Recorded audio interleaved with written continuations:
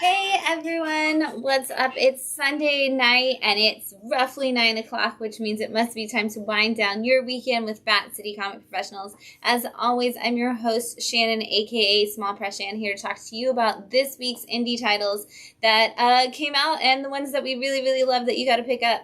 And we're going to do it all while drinking this amazing bottle of wine. Hopefully, fingers crossed, I say amazing before I tasted it. So this is Mark West. It's a Pinot Noir from California. It is supposed to be strong in strawberry and black cherry and plum flavors. They say it's good for going with grilled salmon, pork tenderloin. The other thing is that they say as a winery that their job has been to perfect this one perfect Pinot Noir for forever. They've been working on it since 1978. So I'm going to take a drink and see how close they are to getting there and figure it out.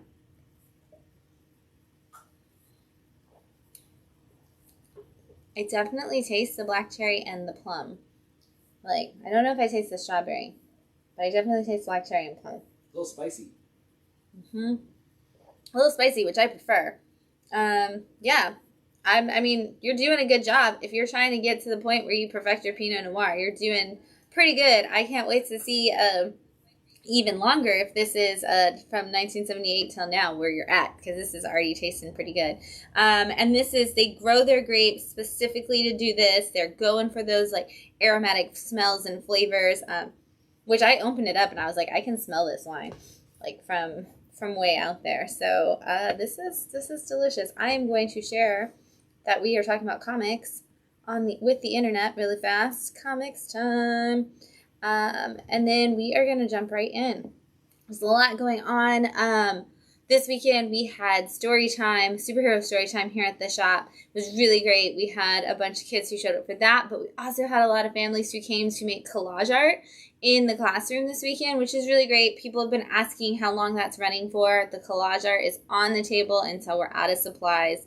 So if you want to come in anytime Wednesday through Sunday and make your own collage with comic book stuff, it is available for you. You can also color. There's also blank comic pages, so you can come in and make some quick comics, like one-page comics, or make your own collages, or just color some pictures with your family and friends. It's always available if the store's open. So pop on by, check out the crafts on the classroom table anytime you want.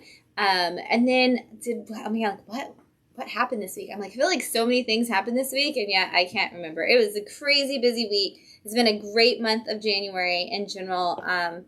Such a wonderful way to kick off the year here at Bat City in Bradenton, Florida. So I'm really excited. It's also been a great time for comics, and there were so many good ones out this week.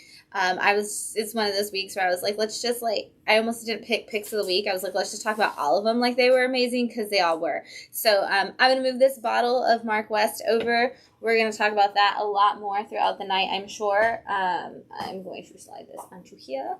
And I'm going to slide you over here, and we are going to talk about some comics. If you're joining us live while we're running this on Facebook, tell us what you're up to tonight, how your evening's going, what you did this week. We want to hear all about it. If you're watching this on YouTube later on, first of all, thank you. Don't forget to like and subscribe, and please remember to also drop some comments about what you're up to and what cool things you've been doing, because we always love to hear what people are doing. I'm going to jump right into it. We're going to go straight into some good comic books out this week. So first up, from Scout Comics, we have issue 3 of Mr. Easta. This is great because issue 2 just came out last week, and we were like, oh, issue 2 was delayed, and then I was like, but issue 3 is coming right after, and it really did, and I love when that happens, where I get the next issue the next week after a delay, because I love hearing what's going on in these things, and I hate waiting. Mr. Easta is all about the second best assassin in the universe, and he's been assigned to do a job for a corporate entity that he kind of hates. And as he's doing the job, he's kind of just like, oh, I'm just going to live up to my expectations. I'm going to go out. I'm going to kill some people, do some things. And he's finding out now that maybe the people he's killing are the good guys, and maybe the people he's working for are terrible. And so he's kind of not going to do this anymore. And so the corporation hires another assassin to come after him named Bob. And that just happens to be the first best assassin in the world, and also his former schoolmate. And now Bob and Mr. Easta are in a standoff against every other assassin in the world as they try to stand their ground and not give in to what corporations want. Miss Easta and Bob are in a fight for their lives, literally, but who can they take out all the other assassins in the world? You're going to laugh while you figure it out, because this book is all about the jokes. It's hilarious, and Miss Easta being a bunny is already funny enough to me. Like, a bunny named Miss Easta is, you know what you're getting into right there. And you get those bright, wonderful colors that just make this book such a fun adventure. So this is issue 3. 1 and 2 are on the shelves. Check it out if you are looking for just a funny, hilarious romp from Scout Comics. Also from Scout Comics, we've got issue 2 of Roadtrip to Hell. This is all about the devil has died and is no longer going to be obviously able to run hell. Don't really know where the devil goes when he dies, but he's no longer able to run hell. And so it passes to his son, who we didn't know he had. And his son has a couple of days to get down to hell and sit on the throne and claim his right, because Baphomet thought it would be funny to turn this into a competition instead of just letting the kid take over. And so the kid has every terrible person and assassin in the history of time after him now, trying to claim the throne of hell as it's available. But heaven doesn't want to let just anybody sit on the throne, and they think he'd be a good option. So they've sent their own person into the mix, and so he is currently being protected by Joan of Arc, and they are on this battle to not only save his sister from the hospital she's in before they go on their journey, but they also still have a limited amount of time to get to hell. Again, kind of a dark comedy. This is another one where you're going to laugh a lot of the way through, but you know you're also going to get some really heartfelt moments from this team. And in this particular issue, they kill a bunch of Nazis, and so you know that's always fun to see. Coming up next from Boom Studios, we have issue 3 of Behold Behemoth. If you are a fan of the first and third volumes now out of House of Slaughter, you're going to love this, because this is Tate Bromble writing it, the writer of that series. And it's classic Boom greatness, because this is all about a young man who is a social worker. And in his career, he has been helping this one girl particularly. And when he goes to check on her, suddenly he blacks out and the world around him kind of blacks out. And he wakes up and he thinks that he's killed everybody in that house and everybody around him. And then things like that keep happening. And come to find out, there is a behemoth and a shepherd in different generations throughout time. And him and this little girl are in parts connected in that particular path line. I'm not going to tell you what's what from that and all of the information that comes from this universe, because you actually don't learn it until this 3rd issue. The first 2 issues is just him being lost and confused, and you being lost and confused along with him. But issue 3 finally gives us that backstory and tells us everything we need to know about this universe and how cool it's going to get. And I definitely think this is one where it's just going to be a super cool universe the more and more it unfolds. I can't wait to see how big this gets. You kind of get your kaiju type battles, you kind of get your end of the world, you get your people you can't trust and yet your people who you can trust, guardians and monsters and all kinds of stuff. It's gonna be good, and it's already so in 3 issues. Like, if you haven't jumped on, you definitely don't want to miss it. Issue 5 of the Boogeyman from Ablaze is out this week. I love this series. This is one of those books that I constantly compare to the darker side of Miyazaki films. And if you haven't jumped into it yet, this is something that if you love that, you're going to absolutely love this book. It is all about a little boy who is sleeping in his bed, and the nightmares awake him in the middle of the night as they destroy his parents. And he knows that the boogeymen are coming for him and that they're all going to kill him. He just doesn't know why.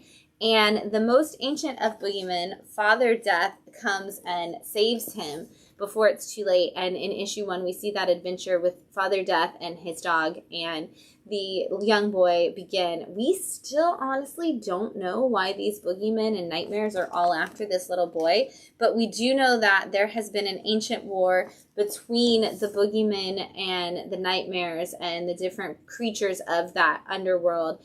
And so far, Father Death may be the last remaining elder.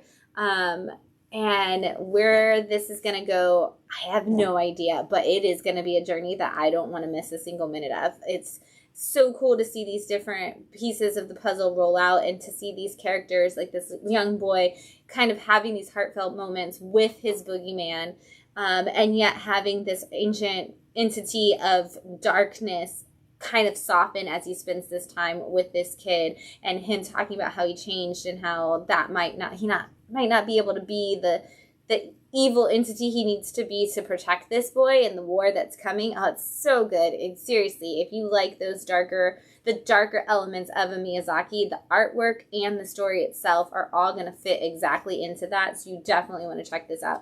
It's 5 issues in. I have all 5 issues here. Hopefully wherever you shop, if it's not here, you can totally find it and check it out. Issue 5 of Creepshow from Image Comics is out this week, and this week's writers obviously change. We get a front story from Steve Orlando in this one, so a lot of you Marvel fans, DC fans are familiar with Steve Orlando's name. He's doing a really cool Creepshow at the beginning that kind of made me laugh because his issue is all about a thirst trap. And Steve Orlando is always posting things specifically like thirst traps on his Instagram.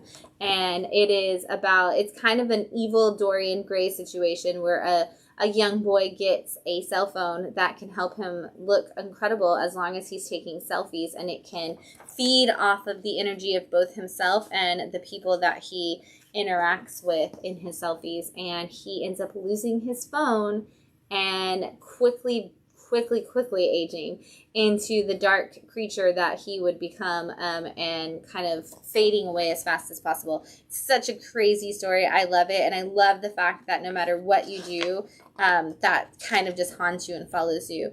And then the second story is all about a girl whose mother wants her to be a debutante, and she's trying to get her dressed for cotillion and make her look amazing. And they keep telling her this is what the family does, and the girl keeps telling them she's adopted and this isn't her style, and she doesn't fit into this family life, and she doesn't feel like she fits into her own skin. And then in the middle of her cotillion, she starts to show them exactly what that means. And you get some dark, creepy turn of events, and I'm not going to show you those last couple of pages so you don't see it, but Creepshow, so much of that classic horror. You feel like you just watch like a Tales from the Crypt episode or a Creepshow when you see it, because you do get those too many stories that don't necessarily tie together at all, but kind of give you a warning in the most terrifying way possible. So this is issue 5. It's an anthology. So if you haven't picked up 1 through 4, it doesn't matter. You can grab issue 5. You can come back and grab issue 3. Whatever issue appeals to you, you can jump in at that one and get 2 stories for the price of 1. I am going to take a drink of this wine. Again, I'm drinking Mark West. It's a Pinot Noir. I'm going to throw that up there while I'm drinking.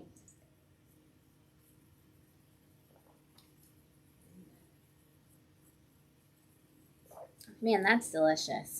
Yes, that was great. Okay, thank you, Mark West. You are, in fact, working really hard on that one good Pinot Noir. We had a lot of people join in. Thank you so much for joining us. I thought you brought my little shout-out thing. Did you bring my little shout-out thing for Mysterium?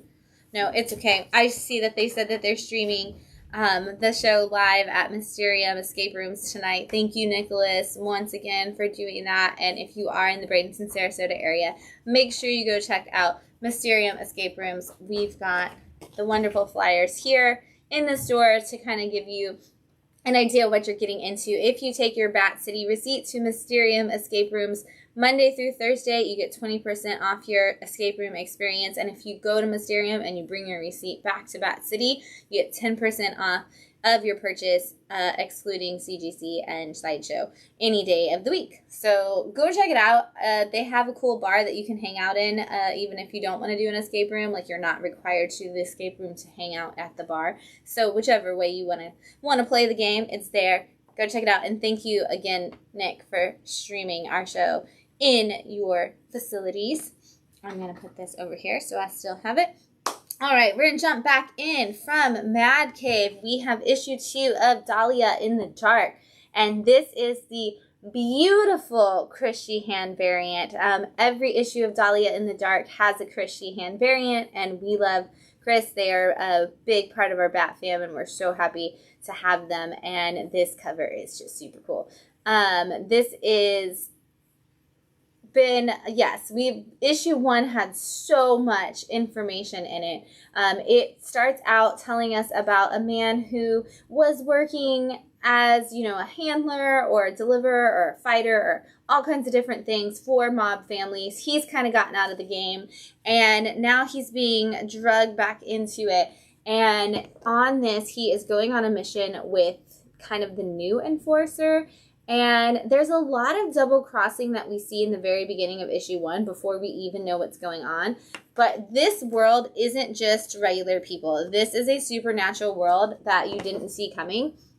And so we actually find out that the cargo that they are carrying is connected in some way to the Fae community or the fairy community. And if they don't get this cargo to the place that it needs to go, or they do, we're not really sure which way's worse, honestly. So like I said, there's so many double crossing. There's so much craziness going on with the characters, with how the people are connected, with who's after who. Like, you're constantly like, I thought they were on the same side, and then something happens and you're like, man, you cannot trust anybody in this book.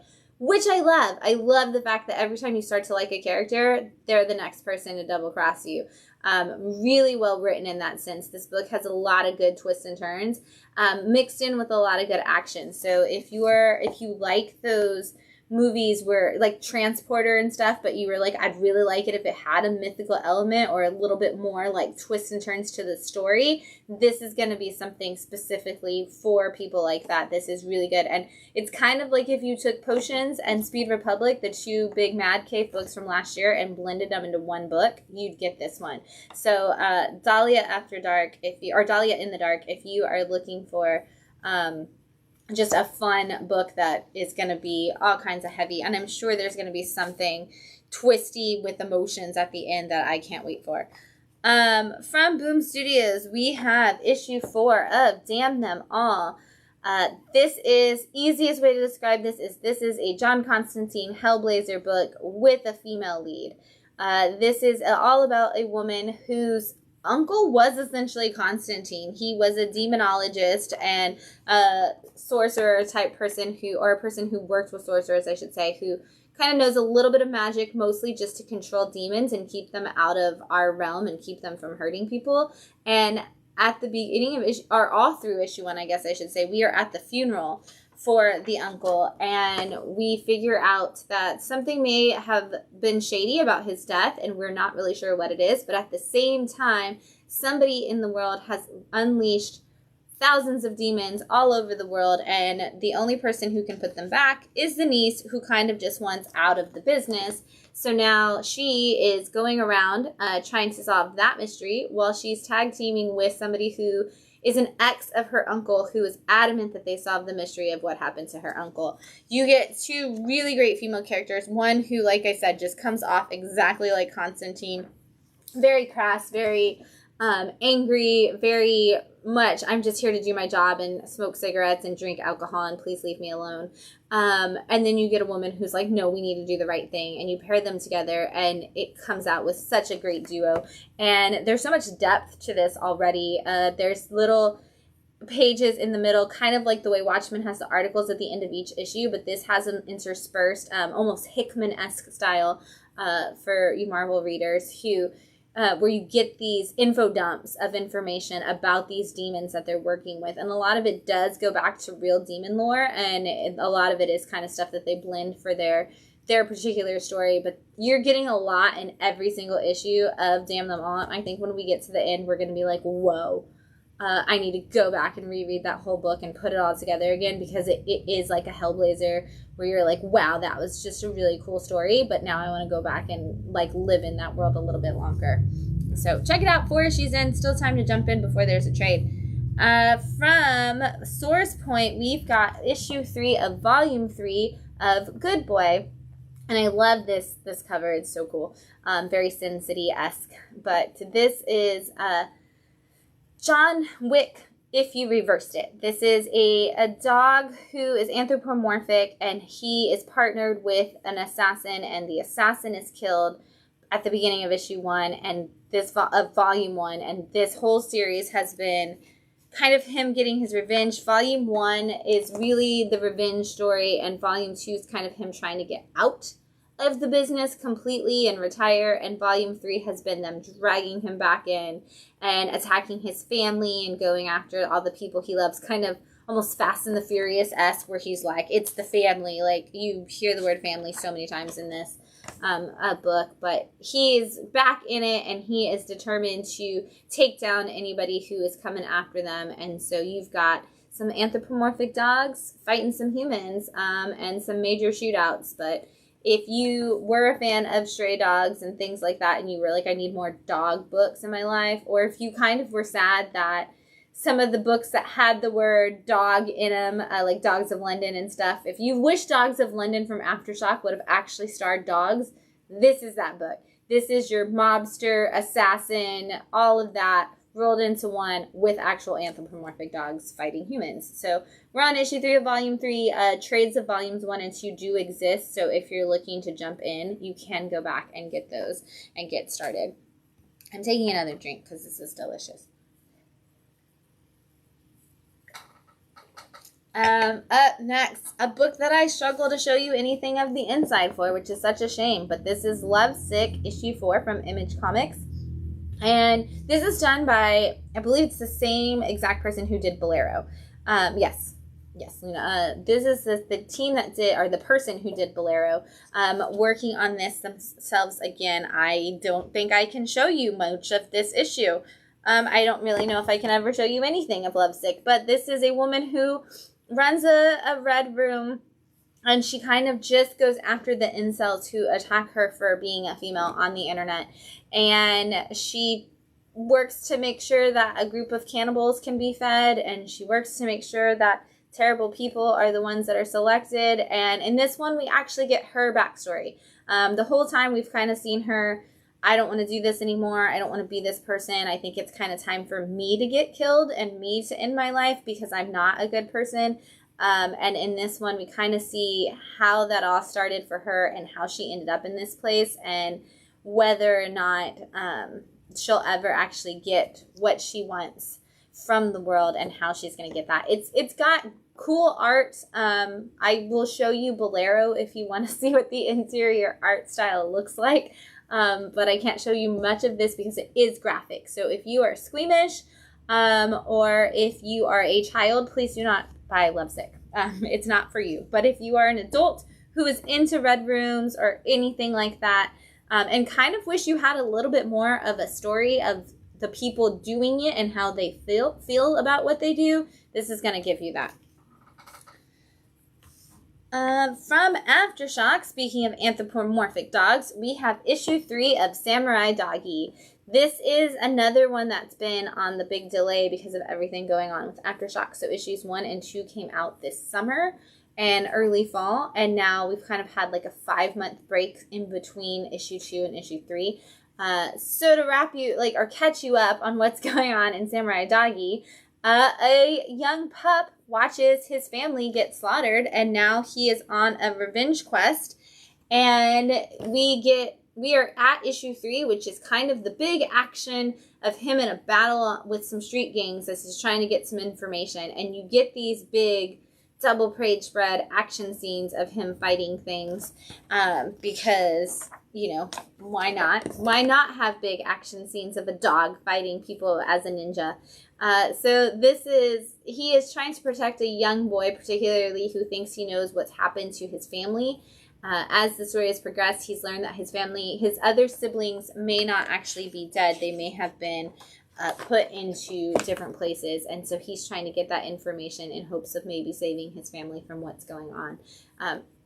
This is it's a lot of action pages. Like I said, it's got a lot of those cool double page spreads. So this is a lighter read, but it still has that I have to avenge my family story. So you're still getting these little heartfelt moments trapped in there with your anthropomorphic dog again. So if you like Good Boy, If you wanted more anthropomorphic dog books in your life, Samurai Doggy is here for you.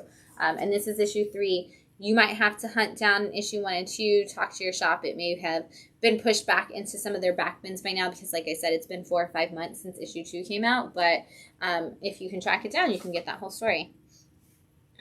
I'm going to do this later, from IDW on their original imprint, we have issue 2 of Dead Seas. This is one of those books that issue 1 was not in any way, shape, or form what I was expecting it to be. So I was very kind of surprised at what happened, and I'm happy with this surprise for sure. This is the story of a man who's a prisoner, and they tell him he can go to work on a ship. And if he works on this ship for a while, they will reduce his sentence and he can get home to his family sooner. And he's all in, and he finds out that what that means is he's just going to be helping collect ectoplasm because the ship is allegedly a place where ghosts go because ghosts can't travel over moving water. And so they keep them all on ghost ships, literally. And these people work to do experiments, and then they collect the ectoplasm, and then they use the ectoplasm for different things in the real world. Problem is that the humans on the ship are being mistreated. The prisoners are being used as bait for the ghosts. Things start happening. People are losing their minds. Nobody seems to really be in control. Lots of things just seem a little bit shady down there. And so our main character is finding out that it might not actually be worth the time that he's going to lose on his sentence to live through what's actually happening on this ship. So I'm curious to see what goes on. He's got his own little investigation going on. The daughter of the owner of the company that runs these ships has snuck onto the ship and is trying to figure out what's going on herself. So we're going to get the pieces of the puzzle unraveled for us as the series goes on. I can't wait to see what happens. Mostly I want to see if everybody goes crazy and if these ghosts get out, but I also want to see what the mystery is. And we get little hints of it in issue 2, so we'll see what's actually going down. Issue 61 of Saga is out from Image Comics. It's been another one of those little gaps for Saga, which is why I wanted to bring it and let you know that it is back. You already know. If you've read Saga, you know that you love it. If you haven't read Saga, you've probably heard everybody else tell you that they love it. But I did want to remind you that Saga is back. We are growing up, and there's some boobs on that page. Our characters are growing up so much so to the point that they were talking to one of the characters at the beginning, and I had no idea who it was. And then 30 minutes after I finished reading, I clicked on what character they were actually talking to, and I was like, whoa, the kids have gotten so big already. So things are going fast. Things are changing. We're on another planet. War is still happening. People are still chasing them down. There's a lot that goes down in this issue, and the cliffhanger that this issue leaves you on was enough for me to say, I need to mention that Saga is back, because I kind of was like, oh man, if that happens, the world's gonna freak out. So grab Saga issue 61 and get prepared, because stuff's gonna go down in Saga soon that's gonna make you scream. And I'm excited to see all of you scream about it. From Whatnot's Publishing Company, we have issue 2 of Quested. This is the story of a group of kind of skeevy people who live in the fantasy realm, and they are trying to manipulate the kings and queens whose daughters get kidnapped all the time for ransom. So they say that they are there to help, but they actually just kind of are the ones who sent the fake ransom request, and then they set it up like they're saving your princess, but in reality they're not. They're just running scams on everybody. But in issue 1, our main character ends up getting sent to hell kind of situation, and he comes back and he's supposed to take on this big quest. And basically most of this issue kind of just mocks the Fellowship of the Rings, where they're trying to figure out like who's gonna go take the ring to the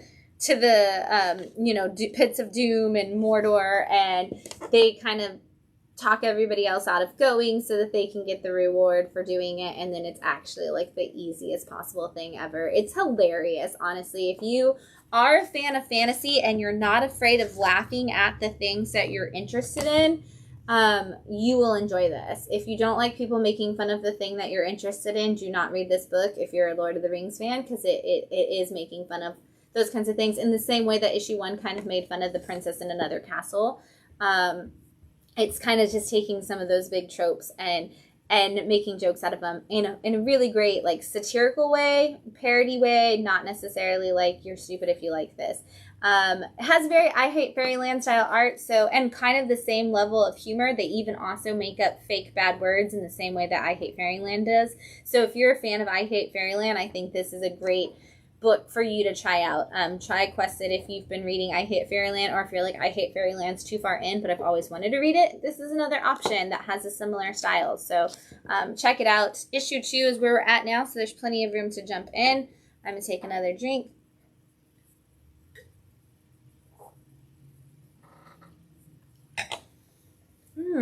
That one kind of tasted like strawberry. It's got so many fruits in it. They just pop up at different times. From Dynamite Comics, we have issue 2 of Gargoyles.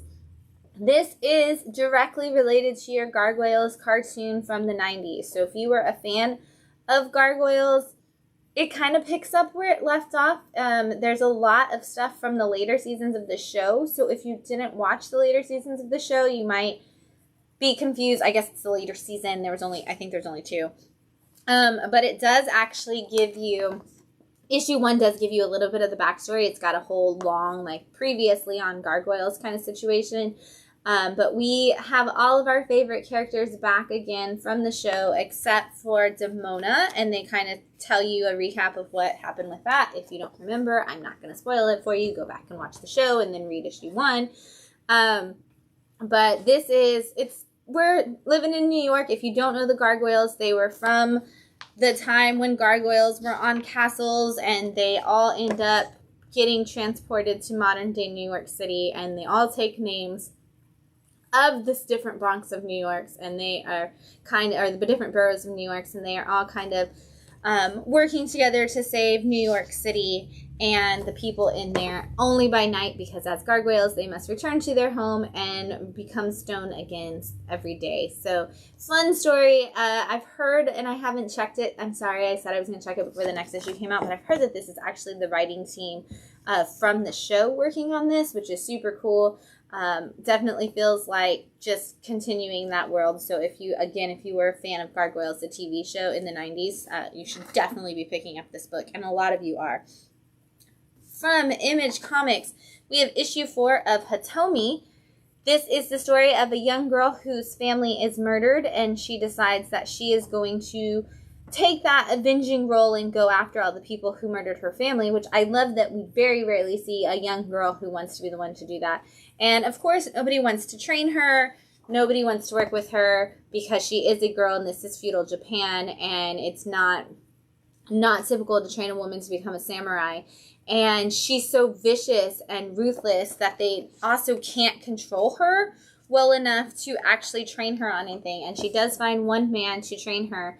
And after 2 issues of actually learning from him, she kind of just abandons him for an opportunity and ends up going to war.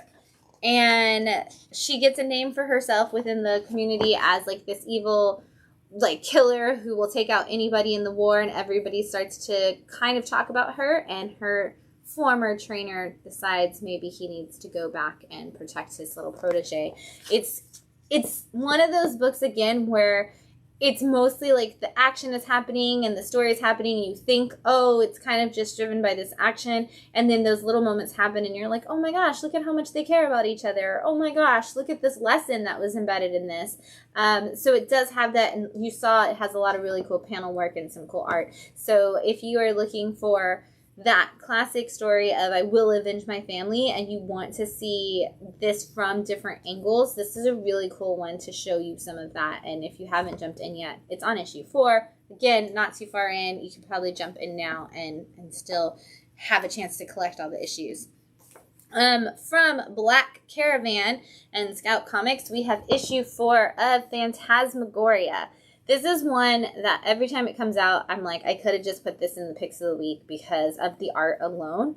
Honestly, this issue I could have put in the picks of the week for this cover alone. I'm kind of obsessed with this cover. I would love a poster of it. I think it's super cool. The whole book is black and white, so it goes with it. What I love about this issue particularly is it actually gives you a recap of the entire story in case you weren't paying attention or if you missed some issues. But this is the story of a man who is kind of like a from hell detective situation where he is a paranormal investigator. He works to do seances and things to keep the paranormal from taking over. In issue 1, he tries to save a woman who has been possessed by a cult. Thinks he accomplishes it. Turns out he didn't. And she goes on to share her possession with a small child. Things get darker, and now, as you can see, evil is about to take over all of the world. And the evil is coming for him, the evil sorcerer is coming for him, and now the police are coming for him because they think he's behind all of this. So this doctor is having to deal with all of this. Meanwhile, evil sorcerer might be getting some of what he deserves. In this issue, it is so good. There's so much to it. And honestly, if you have a black and white book and you put this much inking on a page to give me a dark, creepy tunnel, I am so in. And look, I have to show you. Look at the creepy child. Look at this. This book has all of the elements of the creeptastical that you expect from a Victorian book. Whenever I have people who say I wish they still made books like EC Horror, this is one of those that I'm like, you should probably check out Phantasmagoria for the art alone. But also a good story. So if you also want to feel that beautiful soft scout cover, if you're looking for something that's dark and creepy and has a long in-depth story that goes with it and is just that classic horror art, Phantasmagoria, just pick it up and pick it up soon because it's so good. From Image Comics, we have issue 3 of Hell to Pay from Charles Soule, who you may know from 8 Billion Genies and Daredevil with Marvel and She-Hulk. I love Charles Soule because Charles Soule is an attorney by day and a comic creator by night, essentially. And he always creates these universes that are so legally invested.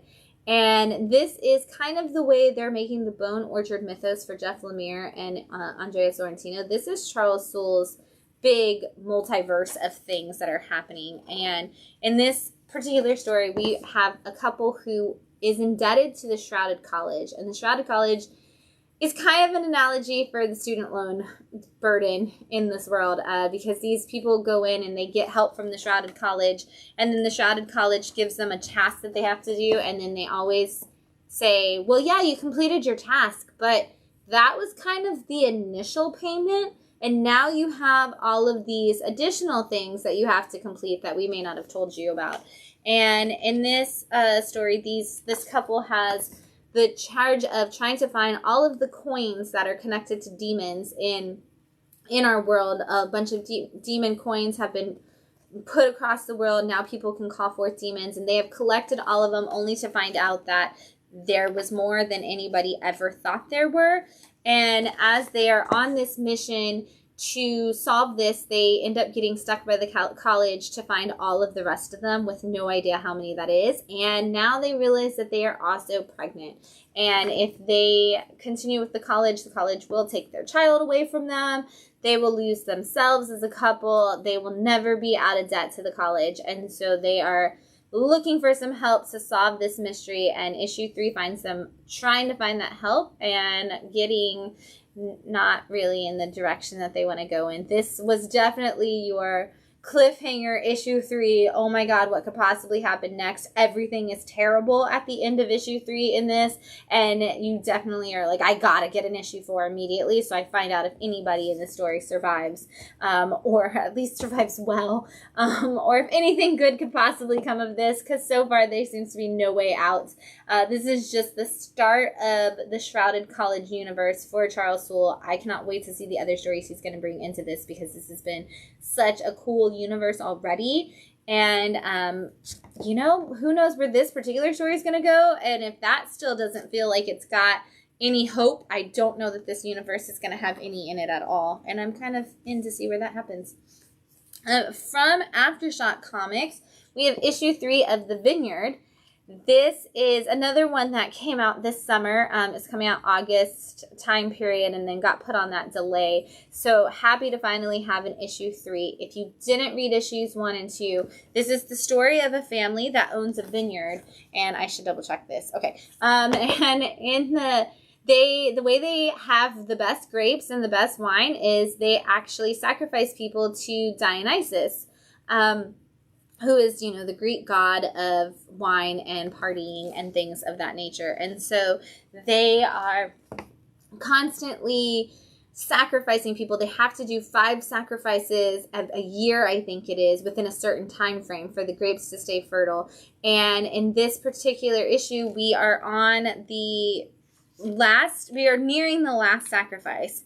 And I think we have sacrifices 4 and 5 coming up. And the son of the dad is the one that's always worked with the sacrifices, and the mother will not take it on after the dad gets hurt and refuses to be a part of it. So the eldest son has now taken up the mantle, and the prodigal daughter has returned, and she thinks the family needs to stop doing what they're doing as well. And we are going to once again come to a giant head in issue 4 of, is this family going to end up fighting each other? Are they going to make all their sacrifices in time? Will the wine stay good? Will the family stay alive? It's dark, it's creepy, it's almost like it's got the tension of something like Get Out, but you bring in the gods and the wine and the family dynamic of all these different things, and you blend it all together, and it leaves you with a creepy aftertaste, to say the least. So grab the Vineyard. Again, you might have to ask your LCS to find it if you haven't had issues 1 and 2 yet. But speaking of, I'm going to take a drink of some wine. And I'm going to tell you what it is. It's Mark West. It's a Pinot Noir. It's from California, and it's delicious. And they sacrificed people to Dionysus. And they may, in fact, sacrifice people to Dionysus. They did say they're trying to get the perfect Pinot Noir, so maybe they are taking a page out of the Vineyard. Hopefully not. Hopefully not. But it is good. So, we'll see where that goes in the future. But, all right, we've got some more books in stock this week. We've got issue 3 of Once Upon a Time at the End of the World. I almost said in Hollywood. That's not this book. Once Upon a Time at the End of the World. This is Jason Aaron's new book with Boom Studios. And the 3 issues in, this is another one that could honestly be in the picks of the week every time it comes out. It's purely for the narration.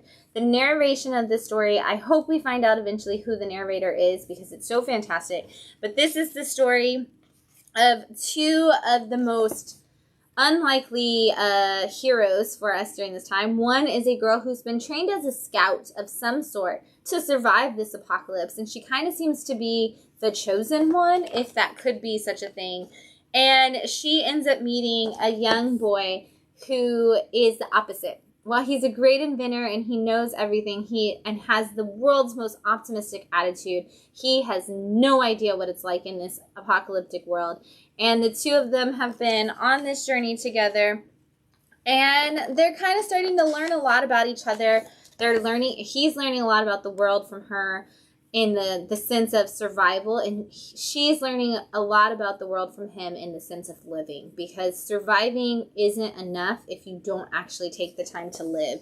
And you're getting this beautiful, beautiful story between the 2 of them, but we're also seeing whatever is the problem in this post-apocalyptic world is starting to come into play for them. Whoever it is that she was trained by is on a hunt for her, and they are coming for her. And we keep getting these flashes of the future where he's like this super badass, and so I'm like, I cannot wait to see where this goes. But Once Upon a Time at the End of the World has been a fantastic story, and I just absolutely love this dynamic between these 2. And it is called Book 1, so I'm hoping that means Jason Aaron's going to give us quite a few books of this.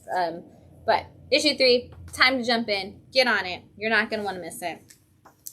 From Ahoy Comics, we have issue 3 of volume 2 of My Bad with this incredible Bewitched homage cover. So, that's my cover choice for this one for sure. This is Mark Russell writing about superheroes in the most comical way possible. And this is a man who has written a lot of superheroes, so he has lots of thoughts.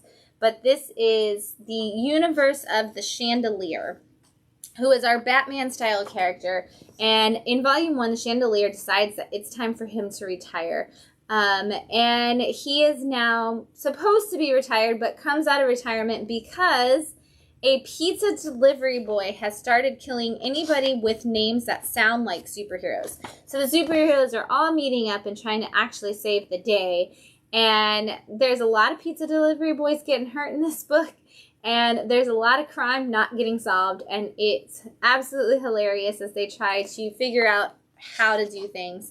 And then our second story is a Rush Hour story. And Rush Hour is a superhero that only stops traffic crimes. And in this particular one, he is working with the amazing Adams, who is John Adams, still alive, who he is stopping traffic because he wants to make a point. And Rush Hour and him have a hilarious conversation.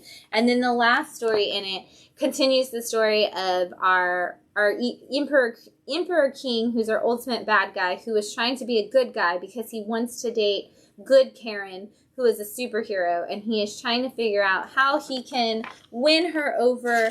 And we get a little backstory of him and some of the other supervillains that he's worked with in the past, and we get to see how they come back to play in his current and future stories. But if you haven't read My Bad, it is hilarious. If you've ever read a superhero story and you're like, some of that was ridiculous, and I feel like they did ridiculous on purpose in that, Mark Russell's like, we did, and here it is. Let me just magnify it for you and give you a laugh.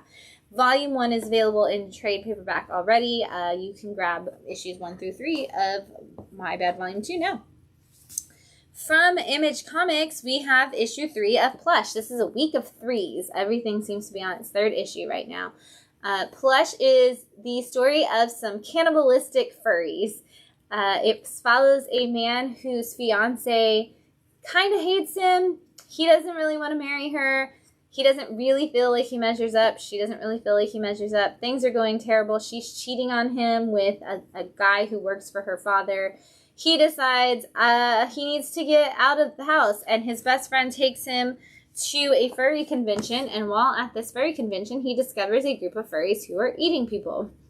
And somehow that gets him arrested, not them, and they decide to come save the day and take him out of prison and give him the option of survival if he chooses to join them. And so now he's kind of on this adventure with these cannibalistic furries, and it's ridiculous in all of the ways you would imagine, but there's going to be some kind of heartfelt thing here. This is from the same creative team that gave us Plastic and Vinyl made me cry on multiple occasions, so I'm already anticipating that I will cry by the end of this in some way.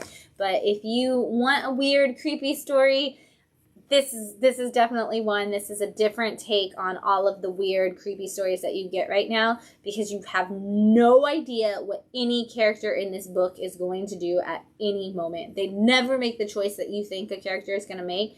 If you want a lesson in how you write the unexpected, this is definitely one of those books, because when you think, oh, this character is definitely not going to do that, they do something even more extreme than the thing that you thought was the most extreme. So 3 issues in, craziness, Plush, man. There it is. From Madcave, we have issue 4 of A Legacy of Violence from Cullen Bunn and Andrea Moody. This is kind of another hints about Red Room kind of situation. We don't really see it as much in this, but possibly a government-run Red Room. Not really sure. We still don't know what's going on at all, but this is the story of a doctor who ends up joining a Doctors Without Borders kind of mission simply because he's given some information about a mysterious room that they tell him he should know what's going on with. So he ends up joining this group, and now he is kind of doing his own little investigation. And the closer he gets to things, the more things get dangerous. And in this particular issue, him getting too close kind of leads to maybe some people he's connected to ending up on an operating table that you definitely don't want to end up on. If you are squeamish about surgery, this is definitely a book that will make you like shiver, because there is a lot of, you know, like you can see scalpels going towards people. Andrea does a great job of giving you this intense fear of a scalpel like kind of hanging in the air. He's very good at that tension building in this book, especially that watercoloring art that he always has. It's creepy, and it's a good murder mystery at the same time, so you're kind of like, I need to know what's going to happen, but you have no clue. So still don't know what's going on, who the bad guys are, what they're doing, but it's an adventure that you have to go on if you want to figure that out. I'm going to take another drink.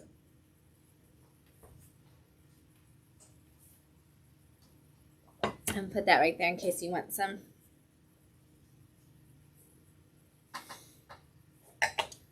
The viewers? What? The viewers. Yeah, do the viewers want some? Just in case some viewers want some. It's Mark West. It's actually available at Walmart, so you can get some if you do want some. Oh, thanks. You started to move your cup. I was like, where are you going? Don't toy with me like that. Okay. We did get this at Walmart, right? I'm not a liar. I don't know.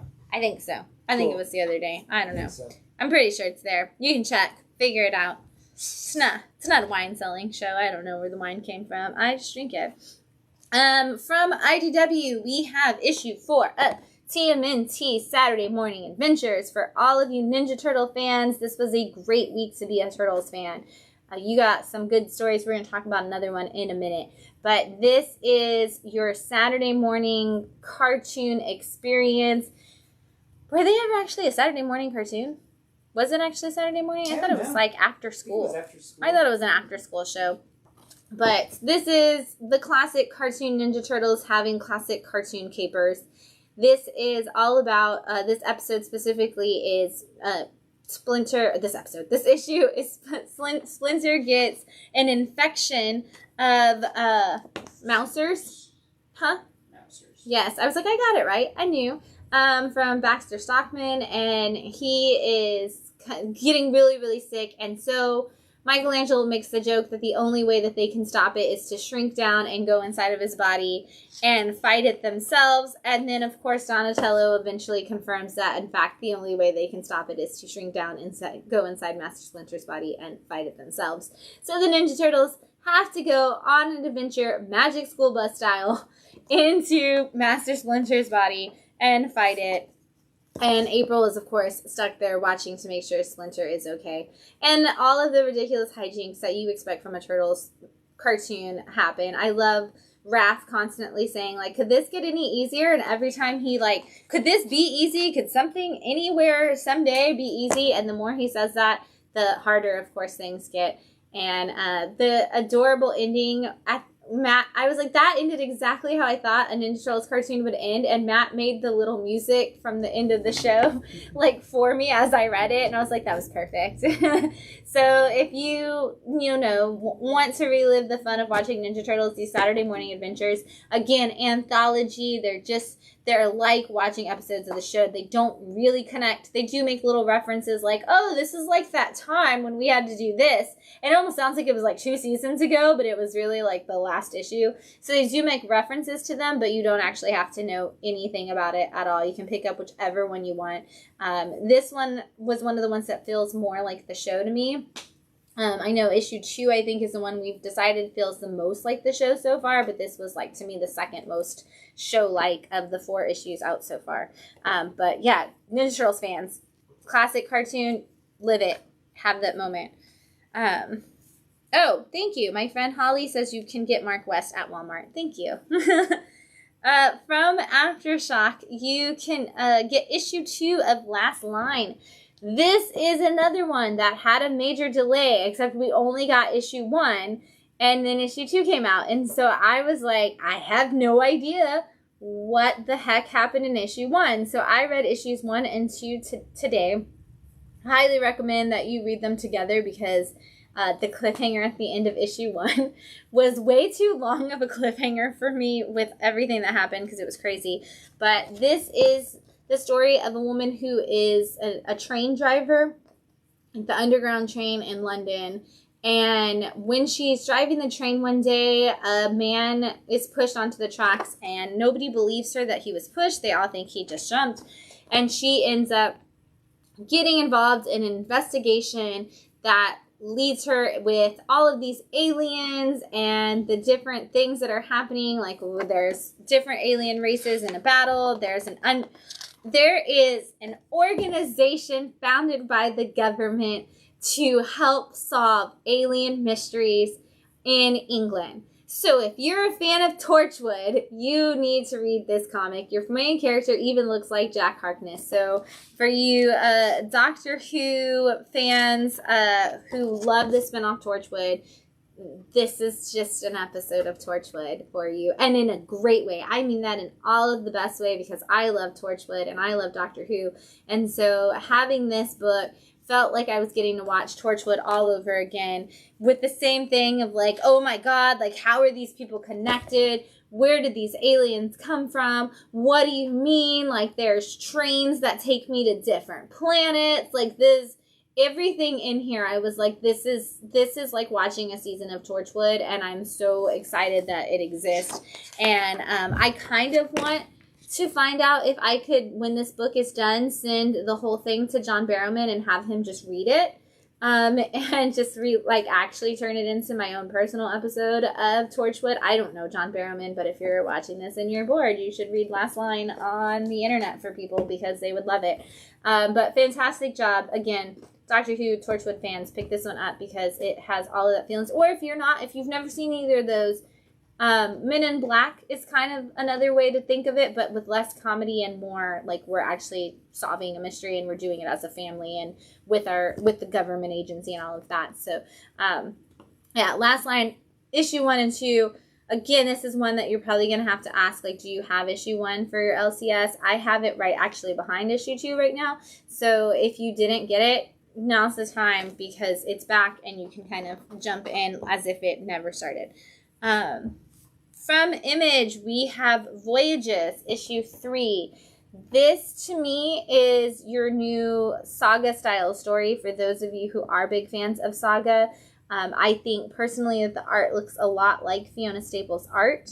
And you are getting another one of those stories where you have a main character who's kind of been war-torn and pushed out to different planets and is kind of trying to stay on those outskirts of things, but is getting drawn into it no matter what. And you're meeting all kinds of different people from different worlds very quickly, and you're getting this story, and it's kind of almost if the story of Saga actually just wasn't being told as a narration, but we were seeing it play out in real time.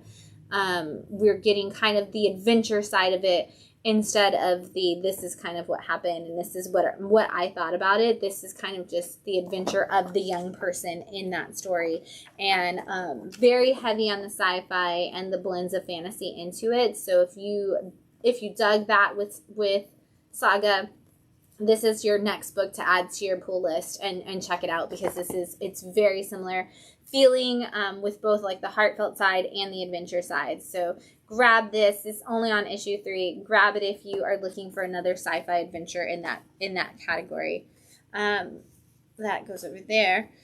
We got a couple of things ending this week.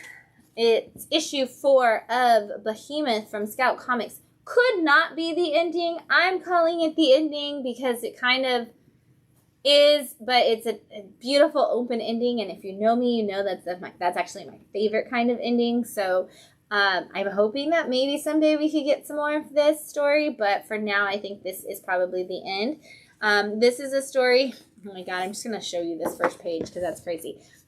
This is the story of a government agency that takes a bunch of kids who don't really, and young people who don't really have anything going for them, and recruits them to be a part of some experiments, whether they want to be or not. And as they're experimented on, they kind of change into different creatures. Like, one's kind of a wolfman situation, and one turns into like a giant praying mantis. And our main character has turned into this giant crustacean-y type thing. And the whole time for issues 1 through 3, our main character was trying really, really hard to hold on to her humanity because so many of the characters were losing that. And in issue 3, something happens that pushes her over the edge. And issue 4, they're supposed to be completing this mission that they've been assigned to. And a lot of stuff continues to happen. It kind of picks up right where issue 3 left off in the action. And it's like, we don't know if this is going to work out for anybody. There's like, we're going to just abandon this project. It's a lot of people talking about what's happening in this issue, and then you just get these beautiful moments at the end where the characters actually get a chance to make some decisions for themselves for the first time, and you're kind of like, oh my gosh, I'm so happy for you that you get to like have a choice finally, because all of the issues have been the people taking away your choices and taking away your humanity and just giving them that moment in this was so good. So like I said, this is a wrap up of at least this arc of this. It's a quick read, but it's crazy to see how fast these creatures become less than human. Also, a wrap up is issue 4 of The Argus from Source Point Press. I wanted to make sure that actually did say the end and it didn't tease me of something to come. This is a time traveling story about a man who creates time travel, like kind of figures out time travel in his bedroom in his like teens to early 20s, and then is kidnapped by future versions of himself, and he's been in this battle with all these different versions of himself against a bad version, as he's told, of himself who's trying to destroy time. And we've seen a lot of them fighting each other and not a lot of him getting any information. He's getting told something from one side and then being told another thing about the other side. And the whole time he's like, I have to fight for myself. I'm going to die. These people are after me. They're trying to kill me. And we finally get a lot of really good information about what's going on in issue 3 and continuing in issue 4. And the way they wrapped this story up, I was like, wow, that was a really good twist on the classic, oh, we have to destroy time before time destroys us kind of situation. I like the way they did it. If you didn't pick up issues 1 through 3, now you got all 4. They're out. You can go in all at one time to figure out what the past, present, and future holds for you. Source Point always gives you some really cool stories, and this one definitely continues to fall into that process for them. I'm taking another drink. It's delicious.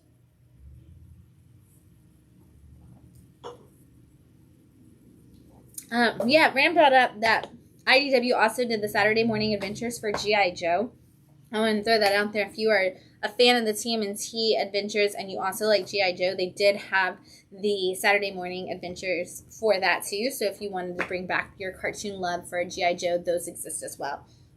Also wrapping up this week is issue 3 of volume 1. So maybe we'll get another volume of Mysterium. This is the end of our mystery. We finally solved it.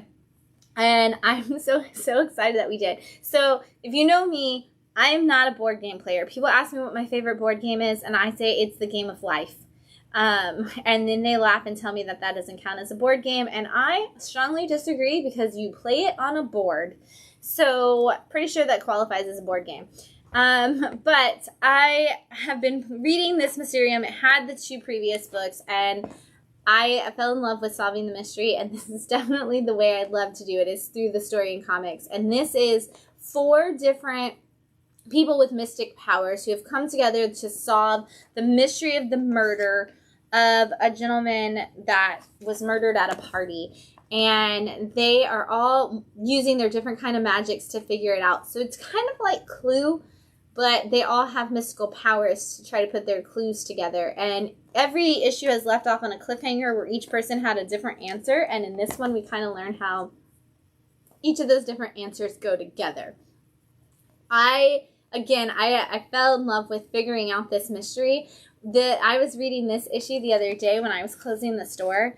And I was walking around reading the issue as I'm turning off the lights and everything because I couldn't put it down because I was so close to solving the mystery and I just needed to know what happened. So I'm walking around in the dark at one point reading this story just trying to figure out who did it, how they did it, where it was done. I was like, this is like getting to the end of Clue and somebody telling you have to go from your friend's house before they read the card out of the confidential folder. I was like, I'm not putting this down until I figure out what actually happened. So I'm so excited I finally know. And if you love those kind of adventure stories, if you love playing Clue just for that moment when you get to figure it out, this is great because you get the first 2 issues, you kind of get to try to put the clues, to like collect the clues, and then in this one you're trying to put all the clues together on your own, and then you think like as you're figuring it out they're telling you why you're wrong, and then you finally get to the end and it's like all comes together and you're like, aha, like I knew none of that, so I'm so glad I was wrong. This is great. It's actually put out by Asmodee Entertainment, who puts out the board game Mysterium. So if you are somebody who does like board games and you're better at them than me, I have explained all week long that I suck at playing Mousetrap. That was the hardest game for me, and I never got into board games because of it.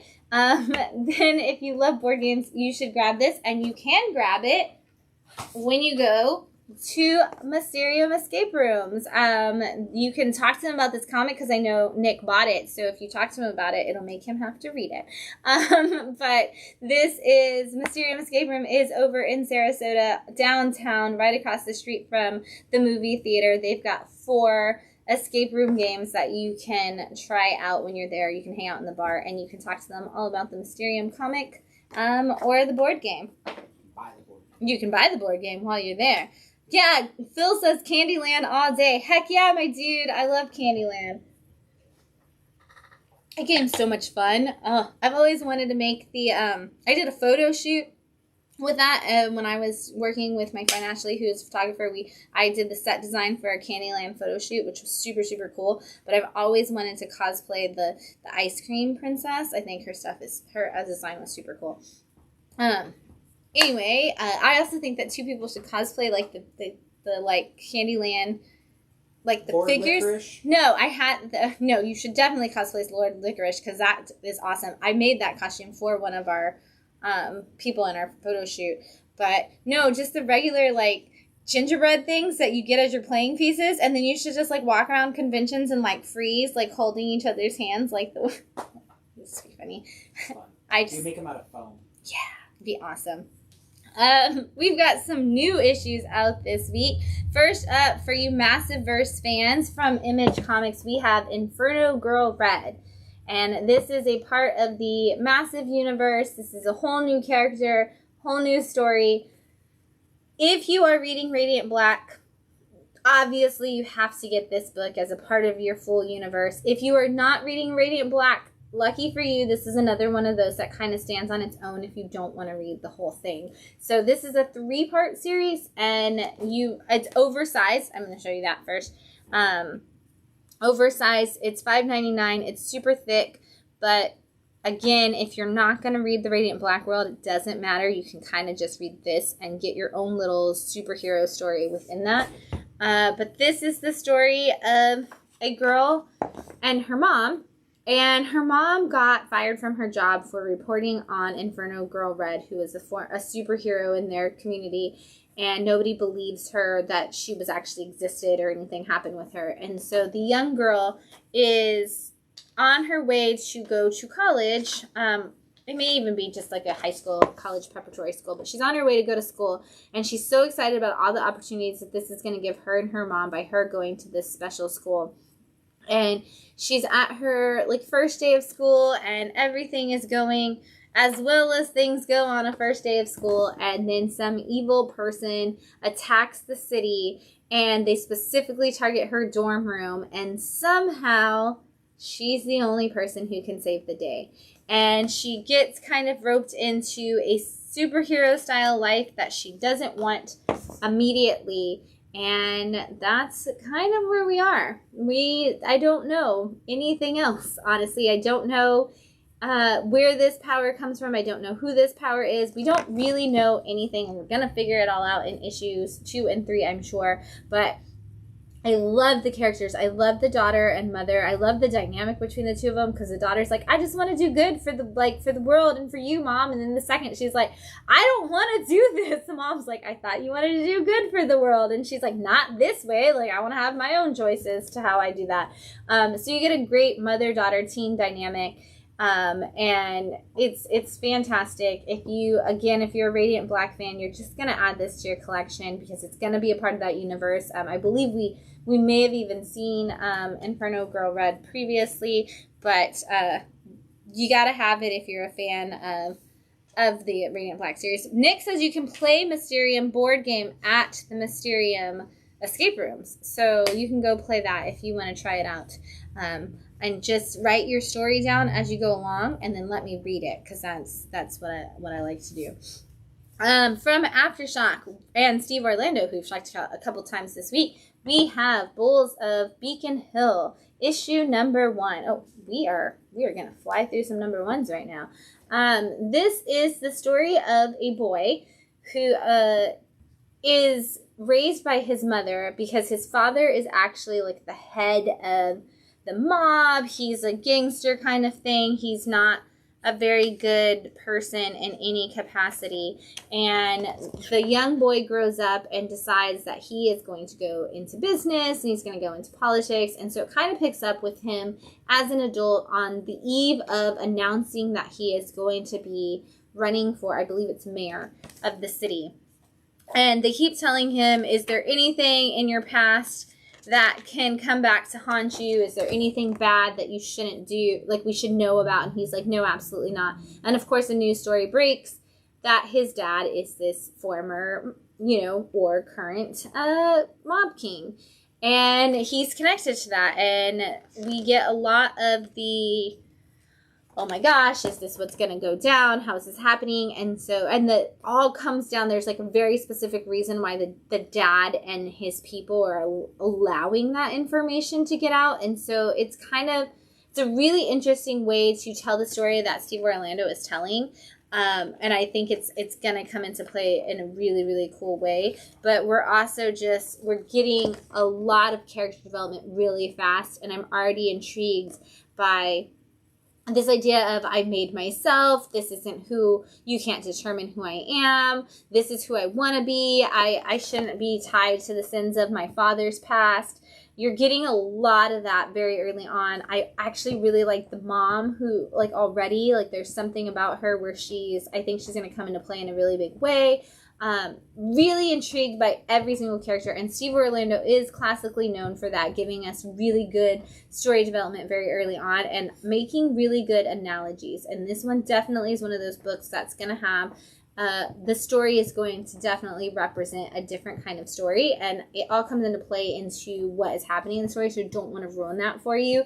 But if you're looking for a new number 1 to jump on, this is going to be the start of a story that can have a lot of different paths that it takes, and I'm kind of curious to see where it goes, so this might be a good one to jump on. And I had a lot of people asking about it this week, so let's see. We got 2 one-shots. I'll go there first before I do this. First up, the Green Hornet is back from Dynamite in a one-shot, and this is One Night in, is it One Night in Bangkok? Yeah.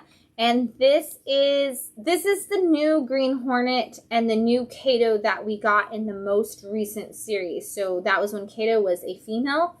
If you didn't read that series, this is the new Green Hornet. And he references his dad a lot. So do the bad guys. But a man whose dad was killed by the former Green Hornet is very bitter and angry and has shown up to the city to try to make the Green Hornet name synonymous with a bad, terrible person. And kind of, I'm going to ruin your reputation and then I'm going to kill you situation.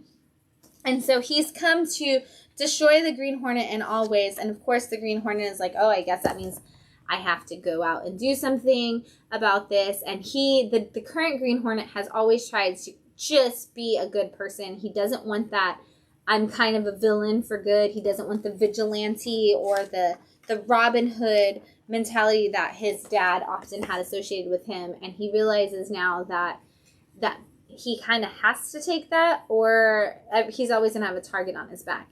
And so this is him trying to figure that out and trying to figure out how to act towards this character. It's obviously the setup of a whole new story. We're definitely going to see another Green Hornet series coming with these characters. I love it because Kato is out of town during this, so the whole time he's like, I guess I'm on my own. And it's kind of interesting to see him have to figure stuff out without Kato, who's always been the real hero of the story. So it's great. If you're a Green Hornet fan, you definitely need this. This has been a hot pick in our store this week. I love how many people here love the pulp heroes, and this definitely has that modern twist on pulp classic feel to it. So if you love pulp books and you haven't read Green Hornet before, this is a great place to just jump in and kind of get a little information. It does get confusing if you don't know that this is a Green Hornet that's a new character who is also working with a new Kato, because they don't say that until literally the very last page. So you kind of have to know which Green Hornet, like where Green Hornet is a little bit in the story to jump in, but I just told you. So now you're up to date. There you go. Now you can read it. From Archie Comics, we have Archie versus the World #1. It's a one-shot. I honestly wish that they would just label one-shots one-shot and not #1. But I also wish this was a #1 and not just the whole thing, because this was kind of a fun book.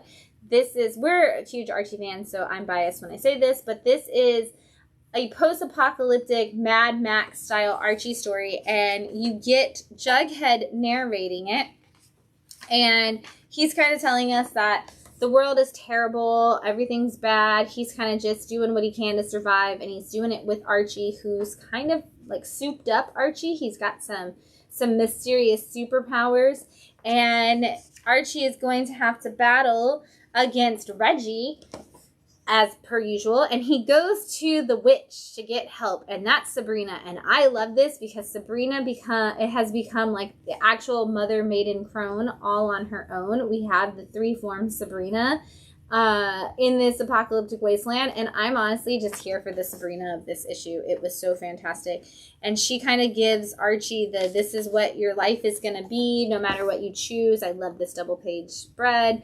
No matter where you go, Archie, this is who you're always going to be. You have to unleash your fury in order to save the day, and you'll never not choose to save the day.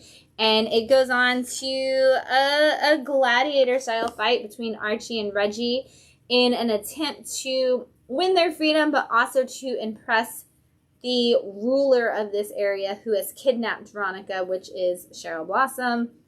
So you get your Cheryl, you get your Betty, you get your Veronica, you get your Sabrina, you get your Jughead, you get your Reggie, you get your Moose, you get your Midge, you get everybody in their post-apocalyptic form, and it's fantastic. Again, I wish it was oversized or like a full graphic novel, because you could have expanded this world forever and I would have been in, because the concept of a post-apocalyptic Mad Max style Archie world really intrigues me now that I've read this. So now I'm just going to start writing letters to Archie Comics to like go back and redo this as like a full graphic novel. So, I'm here. Archie, you're here. Let's just make this a thing, because this was great, and I need to actually, like, the universe in that is great. Maybe let's just make a Sabrina Mother Maiden Crone. I don't care. Whatever you want to do. I'm here for all of it. All right. Let's do this. From Band of Bards, this is issue 1 of Coins of Judas. I have already mentioned these demon-possessed coins twice tonight. Finally, this is issue 1.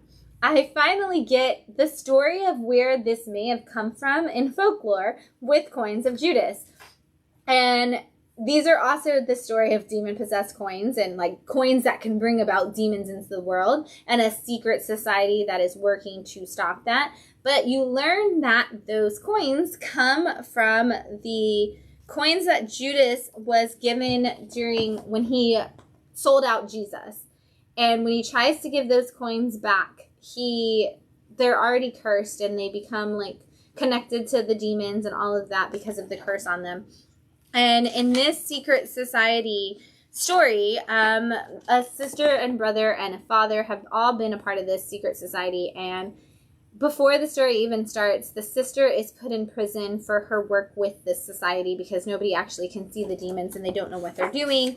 And so the sister is being released from prison and forced to go to her home to just get some stuff. She's like, I'm just here to get my stuff. I'm not going to be a part of your secret society. I'm not going to be a part of this lifestyle anymore. And her brother is like, why not? You should join us again. And, you know, as per usual, things kind of hit the fan immediately after that. Like the second she says, I'm not going to be a part of it, of course she gets dragged back into it. We get some fight scenes. We get some, you know, exposition on where this is going. And we get some betrayals and some craziness automatically. This is the third book total from Band of Bards. This is their third title. I am digging what they're doing as a publisher. I can't wait to see how this one plays out. This one kind of feels, the art style feels a little more anime manga style. So if you are, you know, somebody who leans towards that art style, you're going to definitely enjoy this because it does have it. And but it does still have a really good story. And I think Band of Bards is finding some great storytellers and giving them a chance to vocalize what their stories are going to be. And so I can't wait to see where this goes. Another, I think, solid #1 from Band of Bards. And I really just, we're really on these demon coins right now in comic books. And I want to see who figures out a solution to them first. We've got 3 different publishers working on a solution to demonized coins. So let's see who gets there first with a solution. And lastly, for new #1s from It's Alive Publishing, we have Nervous Rex. Phil said last week this would probably be a pick of the week. And I mean, honestly, after reading it, I'm not really sure that it might have actually needed to be there. Because we are a comic strip obsessed family in this house. We love classic comic strips. And that's actually all this is. This is Nervous Rex was a comic strip style story. And it was, I'm going to not get the dates right. Does it have them on here? No, it doesn't.